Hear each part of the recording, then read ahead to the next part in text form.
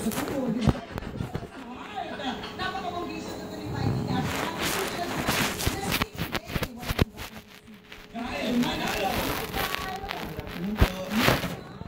Feeling na nandito ka na naman nagbabalik para sa ating wildcard edition. Sobrang nakakatawa na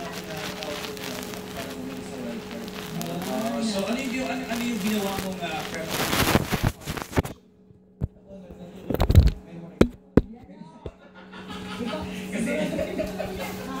Kasi natakot ka narinig ko, baka kung anong masabi pa nito. Ayun, bawi ka talaga. So, memorize ko rin po yung dati pang